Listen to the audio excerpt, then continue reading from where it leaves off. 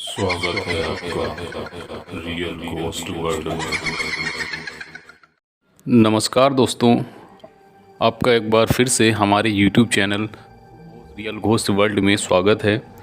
दोस्तों, भारत में कई ऐसी जगह हैं जो अपने रहस्यों की वजह से हमेशा चर्चा में बनी रहती हैं। उन्हीं में से एक है राजस्थान का एक छोटा सा गांव कुलधरा कहा जाता है। यह गांव पिछले काफ़ी सालों से शापित पड़ा है, पर सोचने वाली बात यह है कि ऐसा क्या हुआ जिसके चलते एक रात में 84 गांव के लगभग 600 घरों के लोग अचानक गांव से गायब हो गए। दोस्तों, कहानी पूरी होने से पहले आपसे एक छोटी सी रिक्वेस्ट है। अगर आप मेरे इस चैनल पर पहली बार आए हैं तो इस चैनल को सब्सक्राइब करें और बेल आइकन को ऑन रखें ताकि हमारी वीडियो का आने वाला हर नोटिफिकेशन आप तक ईजिली पहुंच जाए। पहुंचने वाली बात यह है कि ऐसा क्या हुआ था कि जिसके चलते एक रात में ही 84 गांव के लगभग 600 घरों के लोग अचानक गांव से गायब हो गए थे और कहां गए इसका कोई पता नहीं चला। फिर भी यह गांव पूरी तरह बंजर और वीरान हो चुका है। आखिर ऐसी कौन सी बात है जिसकी वजह से इस गांव में कोई नहीं रहता? और आज हम इसी कड़ी में कुलधरा गांव के इस रहस्य को जानने की कोशिश करेंगे। अगर आप कभी वहां गए होंगे, जाएंगे या तो जर्जर हालातों में पड़े खंडर खुद अपनी गवाही देते नजर आएंगे, जिसने सुंदर से गांव को एक वीराने में तब्दील कर दिया। दोस्तों, आज से करीब 250 साल पहले ये कुलधरा गांव भी आबाद हुआ करता था। सारी सुख सुविधाएं थीं, काफ़ी बड़ी बड़ी इमारतें और काफ़ी बड़ी बड़ी हवेलियां भी हुआ करती थीं इस छोटे से एक गांव में। आपको बता दें, भारत में जो सबसे डरावनी जगह है कुलधरा उसमें से दूसरे नंबर पर आता है।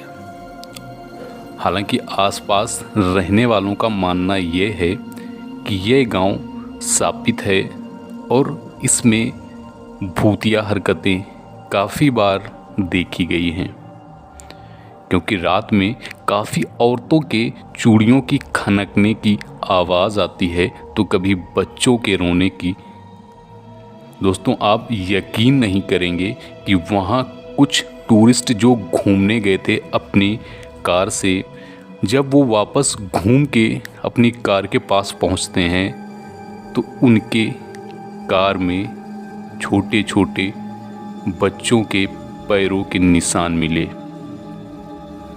खैर, क्या सच है और क्या झूठ इसका तो पता नहीं, पर राजस्थान सरकार की हरकत ने इस सब को सच में बदल दिया है। जहां राजस्थान सरकार ने उस गांव के 2 किलोमीटर दूर एक बड़ी बाउंड्री बनाने के साथ साथ ही एक बड़ा गेट भी बनवा दिया है। अगर आप वहां घूमने जाएंगे तो पहले आपको उस गेट से एंटर करना पड़ेगा और करीब 2 किलोमीटर का रास्ता तय करने के बाद आपको वो गांव मिलेगा। इतना ही नहीं, वहाँ दिन में तो कोई भी घूमने जा सकता है, पर शाम ढलने के बाद कोई भी वहाँ नहीं जा सकता। कहते तो यहाँ तक हैं कि अगर शाम को 5 बजे उस गांव के अंदर कोई भी टूरिस्ट रह जाता है तो वहाँ गेट पे खड़े गार्ड उसको ढूंढते हैं और उसको बाहर निकालकर वापस लाते हैं। आम आदमी तो छोड़िए, शाम को 5 बजे के बाद वहाँ कोई भी गार्ड तक नहीं रुकता है। इतिहासकारों की बात करें तो वह भूत प्रेत का तो नहीं, पर इतना ज़रूर मानते हैं कि एक रात में वह गांव खाली हो गया था। आपको तो पता होगा, राजस्थान को मशहूर गोल्डन शहर इसी जैसलमेर शहर को कहते हैं। यहाँ आपको दुकानें, किले, होटल, घर, बाजार सारे पीले रंग में मिलेंगे। सूरज की जब पहली किरण इस पर पड़ती है तो मानो सोना चमकने लगता है, मानो सूरज की वो किरणें इस जैसलमेर को अपने आगोश में ले लेता है। दोस्तों, जैसलमेर से ज़्यादा नहीं, करीब 18 से 20 किलोमीटर की दूरी पर यह गांव कुलधरा बसा हुआ है। कुलधरा गांव वीरान तो है ही, पर जब आप कुलधरा गांव के लिए जाएंगे तो वहाँ की सड़कें एकदम सुनसान मिलेंगी। काफ़ी दूरी चलने के बाद एक दो गाड़ियाँ और आदमी अगर नज़र आ जाएं तो आ जाएं, नहीं तो सिर्फ सुनसान रास्ताएं ही आपको वहाँ तक नज़र आती हैं। इतना ही नहीं, जब आप इसे गेट से अंदर घुसेंगे तो आपको बड़ा अजीब सा महसूस होगा। जहाँ गर्मी में हम लोगों की हालत इतनी बेकार हो जाती है, बड़ी गर्मी महसूस होती है, वहीं अगर आप कुलधरा के उस गेट से अंदर घुसेंगे तो आपको एक अजीब सी ठंडक महसूस होगी। दोस्तों, 1291 में पालीवाल ब्राह्मणों ने इस गांव को बसाया था। यहाँ पर 84 गांव थे। 84 गांव के करीब 600 घर मिलजुल कर आपस में बड़े प्यार से रहते थे।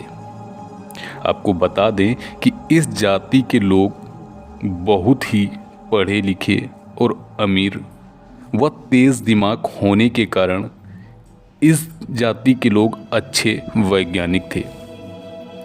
हालांकि इनको तेज इसलिए माना जाता था कि ये उस समय में भी अच्छी तकनीकों से घर बनाते थे। पानी को एक साथ एक जगह इकट्ठा करने के लिए नई नई तकनीकों से पानी जमा करने के लिए बनाते थे, जिसमें से कुछ घर वहाँ आज भी मौजूद हैं। इतना पुराना खंडर होने के बावजूद वो आज भी सही सलामत खड़े हैं। दोस्तों, चिलचिलाती गर्मी में भी उन घरों में एकदम ठंडी हवा आती है।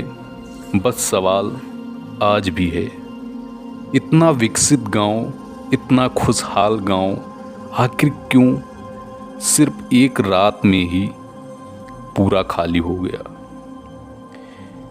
ये सब हुआ सलेम सिंह की वजह से। सलेम सिंह जैसलमेर का दीवान था। कुलधरा गांव उसी के हिस्से में आता था। ये बहुत ही क्रूर और निर्दयी आदमी था, लेकिन इसके क्रूरता के पीछे भी एक कहानी है। बताते हैं, जब सलीम 11 साल का था तब उसके पिता की गला काटकर हत्या कर दी गई थी, जो कि सोनार के किले में काम करते थे। उनके ऊपर देशद्रोह का आरोप लगाकर, राजद्रोह का आरोप लगाकर इसी के चलते वह मार दिए गए थे, जिसको देखकर सलीम सिंह काफ़ी बुरा महसूस कर रहा था और उसने तब से ठान लिया था कि मैं इस किले को बर्बाद कर दूंगा। और इसी घटना की वजह से बताया जाता है सलीम सिंह काफ़ी निर्दयी और क्रूर हो गया था। एक बार की बात है, बताया जाता है कि सलीम सिंह औरतों को लेकर भी काफ़ी बदनाम था। बताया जाता है कि एक बार सलीम सिंह कुलधरा गांव के भ्रमण में निकला हुआ था, तभी उसकी नज़र अचानक एक पंडित की लड़की पर पड़ती है। फिर क्या था, उसको देखकर उसकी नीयत खराब हो गई। आपको जानकर हैरानी होगी कि उस लड़की को पाने के लिए सलीम सिंह ने अलग अलग तरह के लगान बनाए ताकि वह पालीवाल परिवार को झुका पाए। लेकिन वो पालीवाल काफ़ी अमीर थे, इसलिए उसकी मंशा पर पानी फिर गया और जिस तरह का हर बार वो नया लगान लगाता वो उसको पूरा करने में सफल हो जाते थे। इसके बाद सलीम सिंह इतना नीचे गिर गया कि उस पंडित की बेटी को उठवाने की भी कोशिश की, पर वह उसमें भी नाकाम रहा। बार बार अपने मंसूबे में कामयाबी ना मिलने के बाद सलीम के सर पर उस लड़की को पाने का जुनून इस कदर सवार हो गया कि सलीम सिंह ने कुलधरा गांव में एक संदेशा भिजवाया और उस संदेशे में यह लिखा था कि अगर आने वाली पूर्णमासी की रात अगर उस लड़की को हवेली पर नहीं भेजा गया तो वह दूसरे दिन ही सैनिकों के साथ उसके गांव पर आक्रमण कर देगा। जाहिर सी बात है कि गांव में एकता तो थी ही, जिस बात से पूरा गांव ही परेशान था। आखिर क्या किया जाए, गांव का हर आदमी अपनी अपनी तरह के सुझाव दे रहा था। वो परेशान तो काफ़ी थे क्योंकि पूर्णमासी आने में बस कुछ ही दिन बाकी थे। तो फिर गांव के उस मंदिर में एक पंचायत लगती है और वहाँ पर गांव के सारे लोग इकट्ठा होते हैं। फिर कुछ लोगों ने बात कही कि हम लोग उसका सामना करेंगे, सलीम सिंह का सामना करेंगे, लेकिन उनका ये प्लान किसी भी वक्त फेल हो गया। फेल होने का कारण ये था कि उनकी संख्या बहुत कम थी। वो सलीम सिंह के सैनिकों का सामना किसी भी तरह नहीं कर सकती थी। तो कुछ लोगों ने यह भी कहा कि वह पंडित अगर गांव छोड़कर चला जाए तो सब ठीक हो जाएगा, लेकिन कुछ लोग यह जानते थे कि अगर ऐसा हुआ तो सलीम सिंह गांव वालों पर पूरा गुस्सा निकालेगा। तो इस वजह से उस पंडित को भी गांव से अकेले नहीं जाने दिया जाना उचित था। हालांकि यह बात 1825 की है, इसलिए सबके मन में एक फैसला किया गया कि वह चुपचाप गांव को खाली कर देंगे। इसलिए उन 600 घरों के लोग एक लड़की की इज्जत बचाने के लिए आगे आ जाते हैं और वह ये बोलते हैं कि हम अपनी इज्जत का सौदा नहीं करेंगे। इन लोगों को पता था कि यह बात अगर वो 1-2 दिन के बाद जाएंगे तो पूरी बात फैल जाएगी और उनकी इस कोशिश में फेल हो जाएंगे। और तभी इसीलिए उन्होंने इसी रात जाने का फैसला किया और बोला गया कि सिर्फ कीमती और महंगी जेवरात ही साथ लेकर जाएं। और फिर क्या, सब लोग ने उस रात को कीमती सामान उठाया और चल दिए। जो अगर नहाकर कपड़े सुखाने के लिए कपड़े डाले थे, कपड़े वैसे के वैसे ही पड़े हैं। खाना खाने के बाद अगर किसी ने बर्तन धुलने के लिए रखे थे, वो बर्तन बिना धुले ही रखे हुए हैं। और सारे लोग रात में एक कतार बनाकर सब निकल पड़ते हैं। और जाते जाते उन लोगों ने यह भी श्राप दिया कि यह गांव अब कभी बसेगा नहीं, और अगर यहाँ कोई रहने आया तो वह खुश नहीं रहेगा। अब 3 दिन बीतने के बाद पूर्णमासी का दिन भी बीत गया और उस रात में उस लड़की को उसकी हवेली पर नहीं भेजा गया, जिससे सलीम सिंह पूरी तरीके से तिलमिला उठा था। और सुबह होते ही उसने अपने सैनिकों के साथ कुलधारा गांव की तरफ आक्रमण करने के लिए बढ़ता है। गांव पहुंचते ही सलीम सिंह के होश उड़ गए, क्योंकि गांव में सन्नाटे के अलावा कुछ भी नहीं था। पूरी गांव की तलाशी लेने के बाद उसके हाथ सिर्फ और सिर्फ हाथ लगाकर तो सिर्फ निराशा। कहते हैं इसके बाद सलीम सिंह ने उस गांव की खुदाई भी करवाई, क्योंकि उनको पता था कि वो पालीवाल काफ़ी अमीर हैं, शायद कुछ उनको वहाँ से मिले। लेकिन उनके हाथ तब भी कुछ नहीं लगा। हालांकि कहते हैं इसके बाद में सलीम सिंह के सैनिकों ने वहाँ रहने की काफ़ी बार कोशिश करी, लेकिन वहाँ रह नहीं पाए। कहते हैं जो भी उस गांव में एक रात रुकने के लिए गया और वो सुबह वापस नहीं आ पाया। 1825 ईस्वी की ये बात है दोस्तों। कितना बुरा रहा होगा वो वक्त जब एक ही रात में इतना खुशहाल गांव पूरी तरीके से खाली हो गया।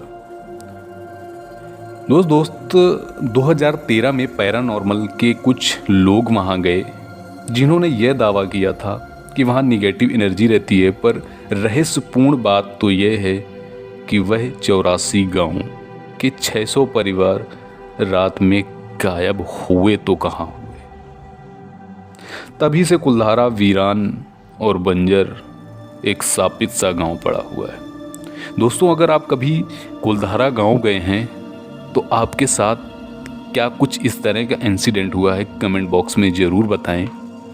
हमारी स्टोरी आज कुल्हारा गांव पे थी। स्टोरी कैसी लगी है ये भी कमेंट बॉक्स में ज़रूर बताएं और लाइक करें।